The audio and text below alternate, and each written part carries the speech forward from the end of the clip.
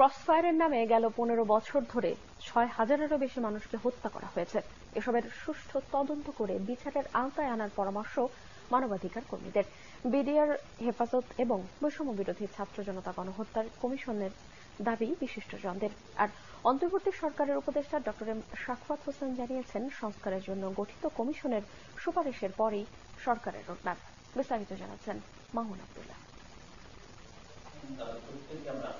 গণতান্ত্রিক পুনর্গঠনের জন্য সংলাপের দ্বিতীয় আয়োজন করে centre for governance studies CGS.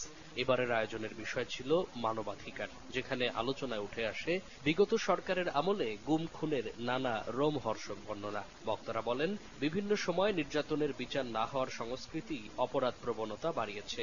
এ সময় সব গণহত্যার সুষ্ঠু বিচারে স্বাধীন গণহত্যা কমিশন গঠনের দাবি জানান আলোচকরা। 15.5 বছর আমাদের যে অত্যাচার হয়েছে, এটার প্রত্যেকটা প্রোটেকশন ভাই আমাদের আইনে আছে। এটা প্রত্যেকটা প্রোটেকশন আমাদের পুলিশের দেওয়ার কথা।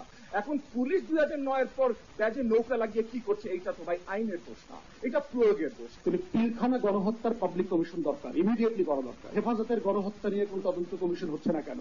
আর ফোর্থ গণহত্যা, জুলাই আগস্ট নিয়ে গণহত্যা নিয়ে আমাদের কোন কমিটি করা হয়নি। ভোটাধিকার মানবাধিকার, এর থেকে বড় মানবাধিকার কিছু নাই। আলোচনায় উঠে আসে ক্রসফায়ারের নামে বিচার বহির্ভূত হত্যাকাণ্ডের নির্মমতার কথা। বলা হয়, বিগত 15 বছরে শুধু র্যাবের ক্রসফায়ারেই হত্যা করা হয় 6000-এর বেশি মানুষকে। বর্তমান সময়ে বাহিনীটির প্রয়োজনীয়তা নিয়েও কথা বলেন আলোচকরা। যেই ডিজিএফআইতে আয়নাঘর রয়েছে, যেই ডিজিএফআইতে জয়েন্ট ইন্টারোগেশন সেল রয়েছে, তাকে আপনি কি ব্যবস্থা নিয়েছেন? গত 2 মাসে তার কি সংস্কার হয়েছে? 2-2.5 কোটি টাকার বিনিময়ে নারায়ণগঞ্জে 7 জন মানুষকে হত্যা করেছে। এর একটি ঘটনাই তো যথেষ্ট র্যাবকে বিলুপ্ত করার জন্য। ক্রসফায়ার মানে তো দুই পক্ষের গোলাগুলি, এখানে আসলে দুই পক্ষের গোলাগুলি ছিল না। কোট আনকোট এটা ছিল ঠান্ডা মাথায় হত্যাকাণ্ড। এবং সংখ্যাটা যদি শুনতে চান আমার কাছে, আমার ধারণা 6000-এর উপর ক্রসফায়ারের শিকার গত 15 বছর।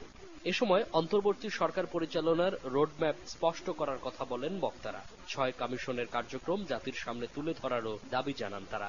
উপদেষ্টা অবসরপ্রাপ্ত brigadier general doctor M Sakhawat Hossain বলেন, 6 কমিশনের সুপারিশের পরেই দেওয়া হবে রোডম্যাপ।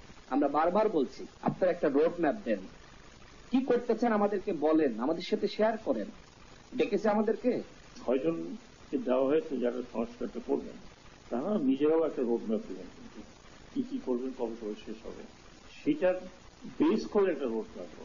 আমরা যখন আন্দাজে দিয়ে দিই যে উনি এটা করবেন, এটা করতে 6 মাস, ওটা করতে 3 মাস, এটা হয় না।